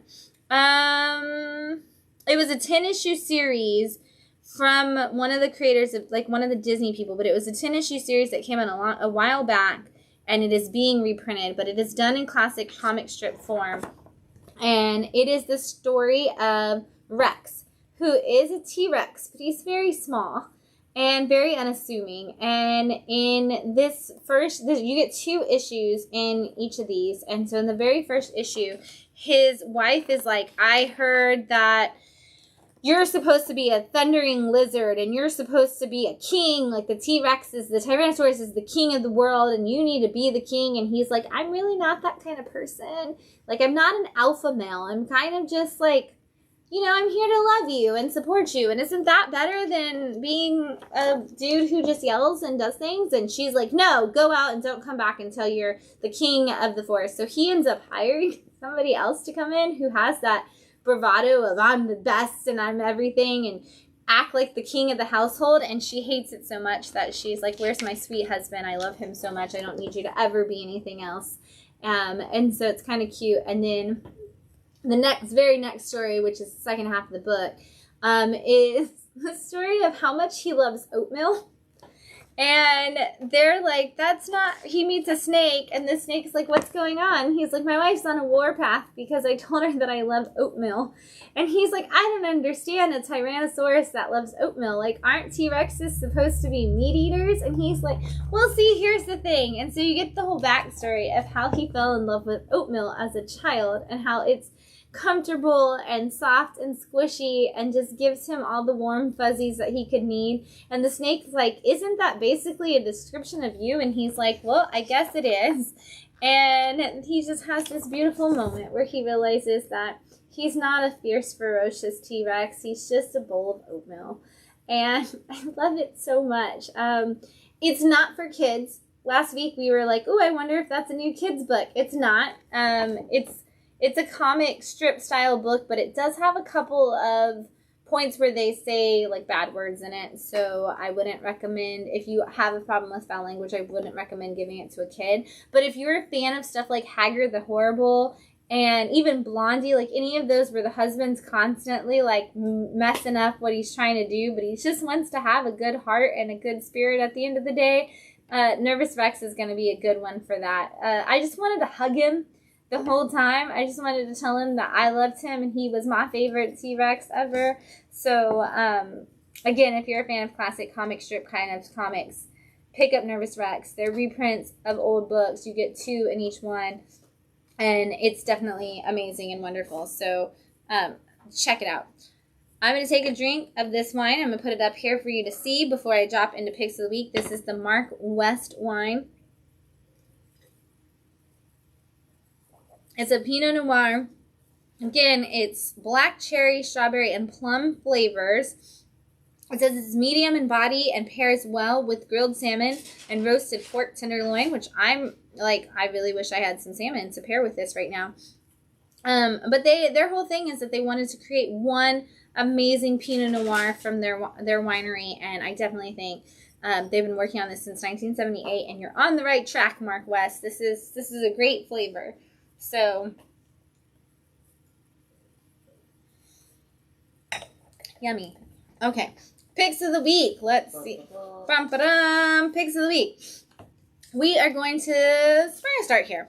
We talked about Gargoyles being back earlier for people who are fans of the cartoons. Well, guess what? If you are fans of 90s cartoons, Darkwing Duck is back, and we've got issue 1 in stock here for you. And seriously, this is everything a Darkwing Duck fan could possibly need. I honestly and truthfully wanted to just curl up on the couch and watch Darkwing Duck and read the book all at the same time, because this is an episode of Darkwing Duck modernized slightly. It even opens with him saying he's the terror that flaps in the night. And if you're a Darkwing Duck fan, of course it does. Of course it opens with him saying he's the terror that flaps in the night, and then getting some kind of messed up situation where he never actually finishes what he has to say. But this is Darkwing Duck is being presented with an award, and they have all of these people come in. They're going to have all these people come in and speak about how great he is, and he's so excited to see all of the great things that people have to say about him, except it is, of course, one of his least favorite people in the world coming in. It's Herb Muddlefoot, who, if you know Darkwing Duck, is the human that he just cannot stand. And as they're trying to take some selfies and get some pictures of him winning his award, Megavolt comes in and uses their phones to program all of them to hate Darkwing Duck. And so Darkwing Duck is being attacked by all the people who have their cell phones out. And of course, Goslin is always the one to save the day. Is like, I'm going to fight this. I'm gonna stop it. And she's like, and I have to do it quickly, because if my dad figures out that cell phones are the problem, he's never gonna let me have one. Which, of course, he's like, haha, if it wasn't for my great parenting skills, my daughter would be being controlled by mind control right now. You get a fantastically normal Darkwing Duck story. You get all the humor that you love from Darkwing Duck. You get all of the duck puns that you could possibly need. Again, if you're not a Darkwing Duck fan, skip it. You're not going to like it. It's only for the Darkwing Duck fans. But if you are a Darkwing Duck fan, and I know so many of you are going to be so happy this is back. It's fantastic. It just feels like watching the show all over again. I called people, text people. I don't call anybody. That's not true. I text people about how great this book was that were former Darkwing Duck watching buddies, and was like, dude, you got to get this comic book wherever you buy comic books. I don't care if it's from me. Buy it from wherever you want. It's just fantastic. And I believe they said issue 2, I might be in the solicit, it might not be in here. Is it? Yep. In issue 2, we are getting Quackerjack. So, all of you Darkwing Duck fans, Quackerjack is back in issue 2. I'm so excited. I'm just going to call it now. Issue 2 is probably going to be Pick of the Week, because I love Quackerjack. And if you have that incredible Quackerjack Killing Joke cover that existed from the old Darkwing Duck run, and you just happen to want to donate it to Bad City or Shannon specifically, I'm here for you. Give me a call. I would love that. It's fantastic. Other books that I love out this week. Mark Russell's Traveling to Mars, issue 3 from Ablaze Comics. Here's the thing.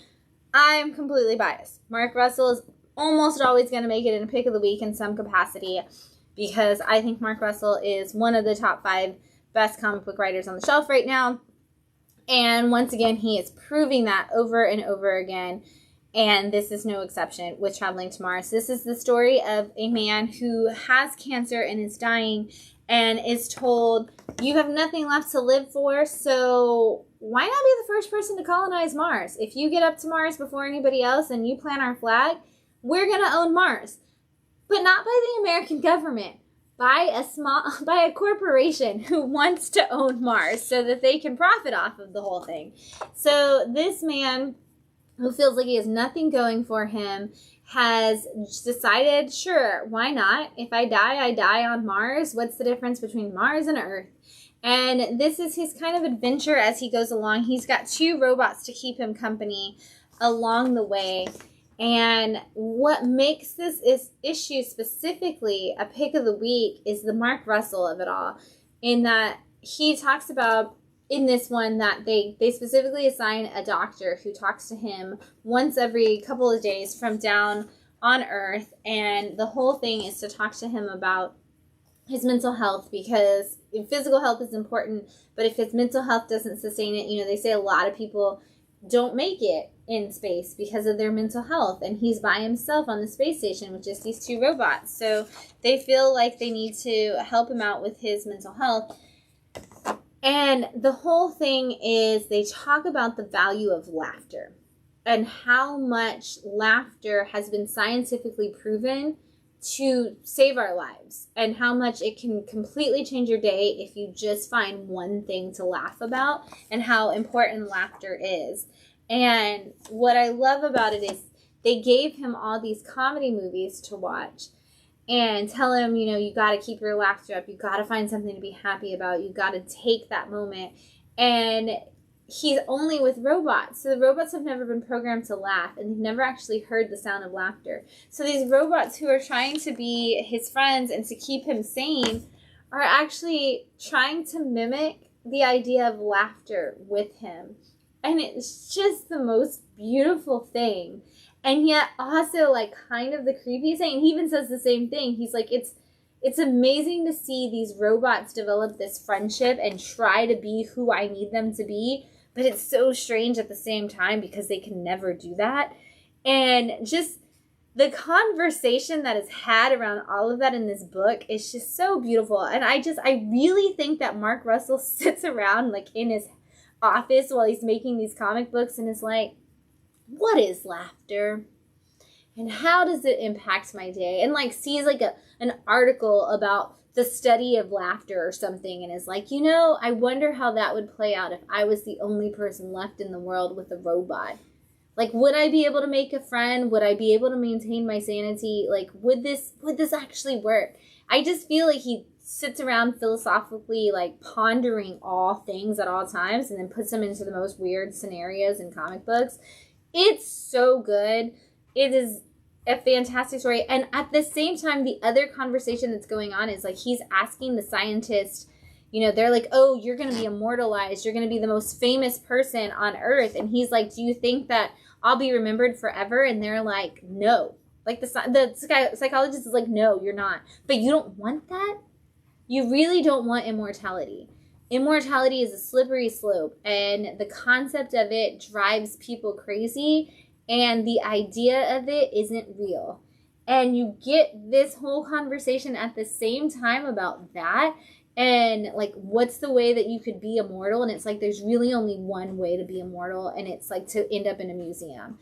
It's just, there's so much to this issue that's just fantastic, and every time I read an issue of Traveling to Mars, I'm like, I'm going to go back and reread that issue. Much like Dead Box and a lot of the other Mark Russell books that have come out, where you're like, I need to go back and just reread that and then talk to somebody. I want a book club Mark Russell. It doesn't even matter which issue of which book. I just want a book club where we just sit around and discuss what Mark Russell is trying to say in all of his books, because they're so good. We're 3 issues into this. It's a fun story, but it also, like I said, just has so much going on with it. And the cliffhanger at the end of issue 3, we always say 3 issues in, you're going to know whether or not you like it. they set you up with this incredible cliffhanger at the end of this that I was like, oh my God, stop it. Fantastic book, hands down. Mark Russell, you're incredible. Traveling to Mars, fantastic. Read it. And then lastly, pick of the week. This is called The Music Box. Welcome to Pandorient. And it is considered a graphic novel, but it's kind of just like the size of an Invader Zim or an oversized comic. But there is 1, 2, 3, 4, 5. There's 5 total for these graphic novels. It's Capstone is the press publisher. And I haven't heard of them at all before, but this is technically a kid's book. And it is about a young girl who, on her 8th birthday, her father decides to give her a music box that belonged to her mother who passed away. And as the young girl is looking at the music box, she discovers that there is a world inside of it. And she learns how to go into the music box. And while she's in the music box, she meets 2 kids who their mother is sick. And they tell her that they were told to come find her mother. And because her mother has always been the defender of this world and has always helped the people there. And she has to tell them that her mother has passed. And she has to help them save the mother. She has to find some health care that she can give them. And at the same time, she has to help with a bunch of other things that are going on. She meets a lot of crazy different people within this world. We get to see a lot of the different creatures. We learn a lot about the dynamics, much like Wind, where you're like, oh, okay, this world is huge. Like after 3 pages, you're like, wow, okay, this world's going to be way bigger than I thought it was. You get a lot of that in there. Another one that kind of feels like a Pixar movie where the whole time you're like, this is incredible, and the emotional journey that this kid is on is what I'm here for, and I want to see how this plays out. And now that I know that there's 5 of them, I personally am probably going to need all 5 immediately if that's an option, because I need to know how the rest of these stories work out.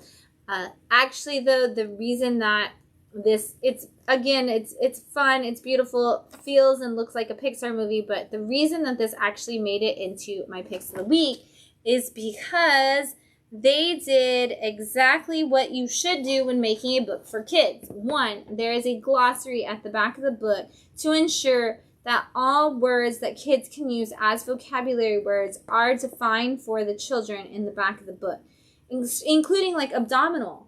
As an adult reading the book, you turn to the glossary and you think it's going to be all of the made-up words for the fantasy world. It's not. It's the words that kids need to learn. Second is the next 2 pages.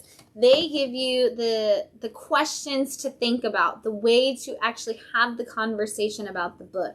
They give you multiple questions to have that conversation starter, but they also give you a write about section. Here are some prompts on how you can write about the story that you just read and how you can relive and experience that journey on your own. If you are making a book for children of any age, this is extraordinary. Do this at the back of your book. Put those questions in there for parents and kids or teachers and kids or just kids to think about. Do that at the back of your books. But then go that extra step and give them writing prompts. Give them art prompts. Give them something that helps them make the world their own and respond to it and learn from it. This book did an extraordinary thing by not only having a great story that motivated kids and was positive for kids and gives you a happy, beautiful feeling at the end in the same way a Pixar story would, but it also empowers kids to think about and talk about and write about what they experienced in that story, and that is phenomenal. So shout out to Capstone Publishing and the creative team of the Music Box. Fantastic. I cannot wait to read all 5. And if you are a school teacher and you need this book for your classroom, please let us know. I am happy to find more copies for classrooms to use this as a part of any kind of curriculum, because this is beautifully done and fantastic that we have those questions and writing prompts at the back. And that alone, pick of the week for me. We got some other books in stock. I'm going to take a drink of wine before I grab those.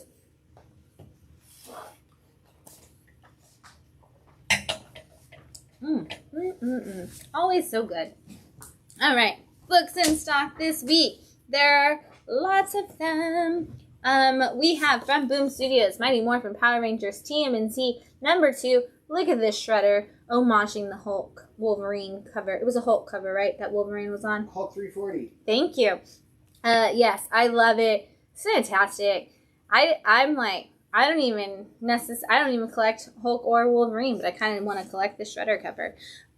We have from Keenspot, Bonnier the Aromatic, about a woman who fights bad guys. Kind of a very Tank Girl-esque character, but she fights bad guys with the odor of her underarms. Last Ronin returned with issue 1 of the Lost Years. I wasn't sure if it was going to be just a one-shot. It's not. It's a mini-series, so get back in, Last Ronin fans. Here you go. And this is the Eastman cover. Yeah, as you can tell. And it wraps around. Let me open that up for you a minute. Oh, and it's like the first issue where it's only a half cover on the back. Mm-hmm. Like the first issue of Ninja Turtles, not Last Ronin. Man. All right. Last Ronin fans, don't miss it. I'm going to save that because I'm going to fawn over that for a long time. All Out Avengers issue 5 is out this week. Detective Comics 1068, that Ram V run on Detective is going on, and people are loving it. I have people add this book every week. So if you are a Ram V fan, that's where he's at right now. Gotham Knights Gilded City, if you were playing the game, this has your codes in it. You got to get a polybagged copy to get codes for your game, but this is how you get it. And that's issue 4 of 6. Catwoman issue 51 is going on. Teenie Howard writing your Catwoman. Oh my gosh. Last issue she fought Punchline, and now she is in jail because of Punchline. So if you want to know how that's playing out, catch that issue 51. DC Universe Lazarus Planet, We Were Once Gods. Lazarus Planet event is coming out of your Dark Crisis on Infinite Earths. This is your one shots of things that are happening all around the universe since Dark Crisis on Infinite Earths took place. There's a couple more of these one shots to go, and then we're going to figure out where the world is coming after that. We're not going to use that. The Human Target, Book 11. Guess what, guys? We're only one issue away from understanding what Tom King wants us to know for this story. Because as I always tell people, whatever you think halfway through the book is what Tom King wants you to see is definitely not what you're going to get by the end of a Tom King story. So we're almost to the end of this Tom King story, and I can finally keep reading it because I had to stop because I was like, I don't know what's going on anymore. Punchline, the Gotham game, also Teenie Howard on this Punchline story. I just read this and caught up today, and Punchline, who always thinks she knows better than everybody else and is ruling the world and is trying to like take over Gotham, finally kind of got knocked down a couple notches, and she might not come out on top like she usually does. Also, this is a Warren Lau cover that is pretty dang spectacular, so I love it. Spawn Scorched issue 14. David Mack is doing a series of Spawn covers for you David Mack collectors or you Spawn collectors. It's going across all the different Spawn titles right now, so make sure you're grabbing all of them. Amazing Spider-Man issue 18. This is a dark web connecting piece, so gotta get it. There is a checklist for all your dark web titles at the back of every dark web title, so you can make sure you don't miss it. And that event is actually wrapping up pretty soon, I believe. Star Wars Yoda issue 3. All of your Star Wars books, there's a ton of them. There's more to come. They are all full of keys right now, so just get your Star Wars books, because if you are a key collector, you are going to need all of the Star Wars books right now. Murder World Wolverine. Murder World is a current event going on at Marvel that is done through a series of one-shots, each one for the characters that are currently being attacked in that murder world. This is the Wolverine one-shot. It is kind of a little mini-series, kind of an anthology. Exterminators, issue 5 of 5. This is the end of the Exterminators run, so if you've been loving seeing these girls on their adventure, this should be your wrap-up of that. Who knows? Maybe something else could come of it, but I've heard this is nothing but fun the whole way through. Thor issue 30. This is the Maria Wolf variant, and it is crazy. This is your new Thor creative team. I think Nick Klein is still on art, but we've got a new writer. And I've heard really, really versed on mythology, like Norse mythology, so it's kind of adding a lot to the story. But you do get this really cool Maria Wolf variant.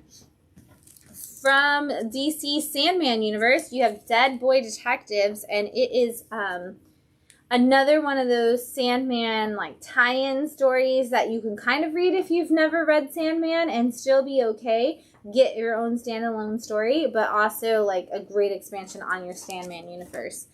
From DC also, we've got Justice Society of America. This is the new Golden Age. This is kind of just your JSA story that may or may not connect. DC kind of plays with what connects and what doesn't, but this is your new Golden Age. It gives you a little bit more story in there. Doctor Strange Fall Sunrise issue 3 from Trad Moore. There is not a modern artist that I could think who needs to do a Doctor Strange comic more than Trad Moore. If I was to pick out of all the people making comics right now who I would want a Doctor Strange comic from, it's Trad Moore. And guess what? You don't have to wait. It's right here. Trad Moore's making a Doctor Strange comic, and it's fantastic. It is a fast seller every time. This is issue 3 and always filled with crazy Trad. I almost want to open it just so you know what I'm going to, because you know what? It's my show and I can do that.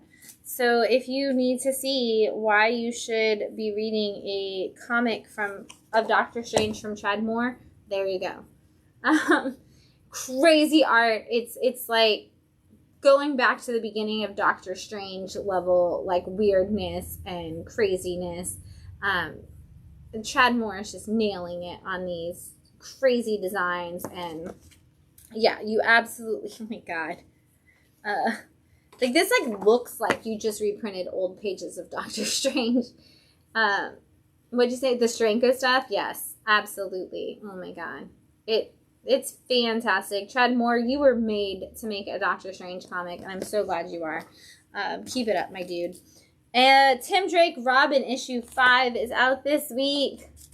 And another one of those series that I know everybody's been loving. Sabretooth and the Exiles issue 3 this week. We've got Sins of Sinister. Look at this art germ Emma Frost cover. Oh my gosh. Sins of Sinister has been flying off the shelf this week. This is the start of that event. So if you are an Emma fan in any way, if you're a Mr. Sinister fan, I hear this is going to be all based on the two of them. Not only can you get comics, but they do actually make a graphic short box that is connected to this event. So if you are into graphic short boxes and you are like, why isn't Mr. Sinister been on a graphic short box? Guess what? He's on one right now. It's not the Emma Frost cover. It's not the Emma Frost cover. It's the main. It's not even the main cover. It's like a. It's a different. It's like a Sinister cover. It's a Mr. Sinister thing.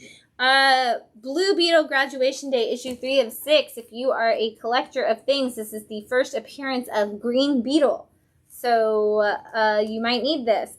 Personally, I'm just going to say it. There is a Spanish edition of every issue of Blue Beetle, and I think that's incredible and amazing, and I want to save them for Spanish readers, and I do have them, but I'm also going to say that for those of you who are just collecting, who collect on the amount of print run, I'm just saying that's probably actually going to be your smaller print run, so you might need to grab a couple of those every once in a while, too. Invincible Undeluxe issue 1. Here's the thing. I thought they were going to do the entirety of Invincible as an Undeluxe. I don't think they are. I looked it up in the system. There's only issue 1 in the system, so they probably are just doing issue 1 to go in line with the day that the facsimile came out. This is your black and white version of Invincible number 1. I don't think you're actually going to get a full run of the series. Sorry to burst your bubble, but you are going to get, you do have the option to get this. And the facsimile of Invincible 1 also came out this week. So if you have been, I'm never going to be able to afford an Invincible number 1. I've got one sitting right here. I know that that's probably true. For a lot of us, it's true for me. If you want to get a copy of Invincible number 1, facsimiles are out, as is the Undeluxe. And then, oh yeah, this one. Harley Quinn issue 26 is out this week. And look at this Ginny Frizen cover of Harley Quinn being Ginny Frizen in the back, like, done style. It's amazing. I love Ginny Frizen's artwork. I cut my hair to match a Ginny Frizen comic book. But this was so cute, and I love it. And I just also love the idea of comic book characters getting to take a bath. Because, like, it's one of those where that's obviously a thing that never happens in comics. And so it's like, oh, look at Harley just kind of enjoying the day, looking almost Marie Antoinette-like in the bathtub, having a moment. She also just kind of looks like Ginny Frizen with her pink hair. So, love it. We've got some trades in stock, too. We've got Noir is the New Black presents Watson and Holmes. This is basically Sherlock Holmes kind of story, but taking place in Harlem. And it's about a missing girl and her case, bringing Watson and Holmes back together for the first time in a way that you've never actually read them. If you didn't read Noir is the New Black, that was a fantastic way of showcasing Black culture through noir comics. And now we're getting to see an expansion of that with new titles within it. And I think that's fantastic. Definitely check it out. It's great. And they're actually calling Noir is the New Black a label now with this, which I'm super excited to see. Absolution Volume 1 from AWA is out this week. Great thing about AWA is that means that this trade is $9.99, as are all AWA trades. This is the whole story as far as we know. Who knows? Maybe we'll get another volume someday. It's the story of a girl who was a hired killer, worked as an assassin, got caught. The only way to earn her absolution is to continue to kill people for likes on social media. If she falls below a certain amount of ratings or viewers, a bomb in her head will go off, much like the Suicide Squad. So she has to actually entertain the audience while fighting for her freedom. Very Running Man-esque kind of story with the modern social media mixed in. And Grimm, Volume 1. We've got the regular cover of Grimm. There was a different version that came out of this. This is the regular version, issues 1 through 5. Boom Studios, Stephanie Phillips. As always, I would just like to throw it out there, Stephanie Phillips, if you're watching, I love you. We're only like 45 minutes away, 30 minutes away. Just saying. You want to come hang out, be friends, or sign comics, whatever. I actually am leaning more towards the first one. That's cool to me. But seriously, love your work. And Grimm is a great book. If you haven't read it, it's all about a Grim Reaper who figures out that she's the only person who doesn't know how she died. We do have some manga back in stock. I get asked all the time if we have Demon Slayer #1. We finally have it back in stock, and we have quite a few copies. So if you are waiting to get Demon Slayer #1, we have some. Guess what? I am going to take some of these with me this weekend because we will be at the Palmetto Public Library on Saturday, February 4th from 11 to 3 for their anime convention. It is free to the public. They are going to be screening a lot of animes. I believe they're actually screening some of Demon Slayer, but they're going to be screening a lot of popular animes. There's going to be some button making panels. We're going to be teaching a comic creation panel. Come hang out with us. It's going to be a lot of fun.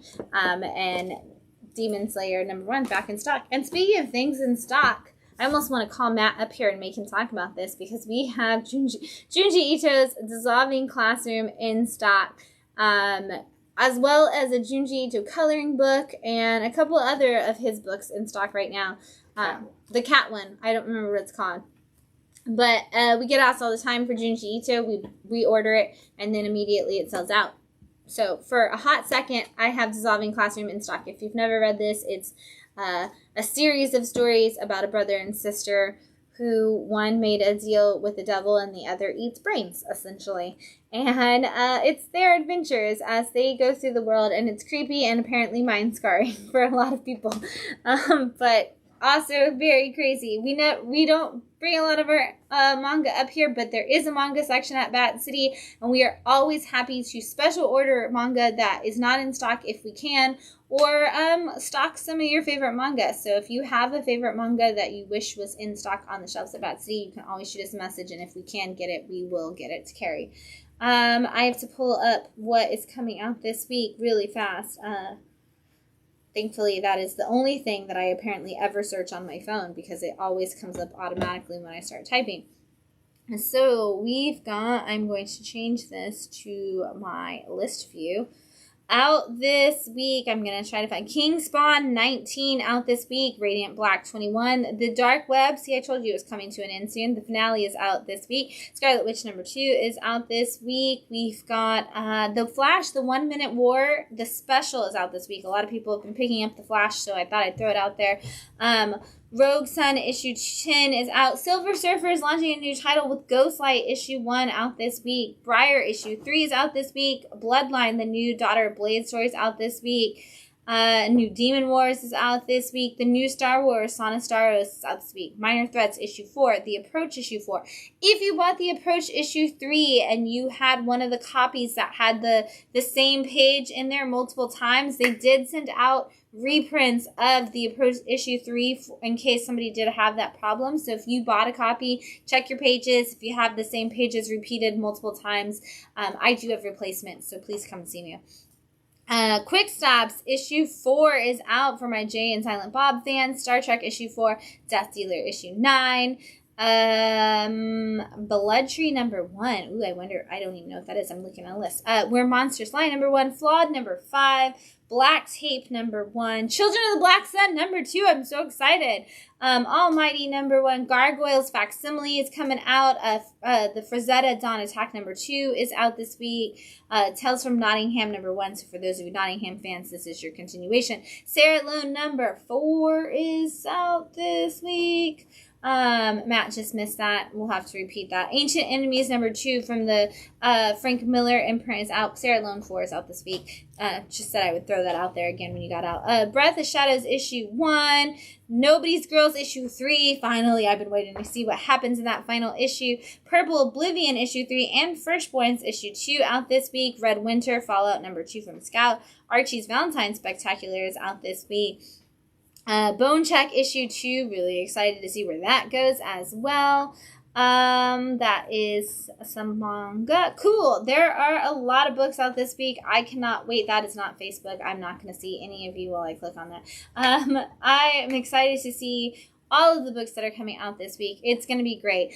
Join me on Wednesday as I talk about in the morning. I will shoot you all of my live 5, the top 5 favorite books that I think you should pick up as that's coming out. Our February events calendar should also drop in the next couple of days on our Facebook and Instagram. So if you're waiting for our February events, keep an eye out for that because that's going to be dropping this week. And if we don't see you this week for New Comic Book Day or in the shops to talk about all of the books that are coming out and all the ones we love, we will definitely see you here next Sunday night as we talk about them and wind down your weekend.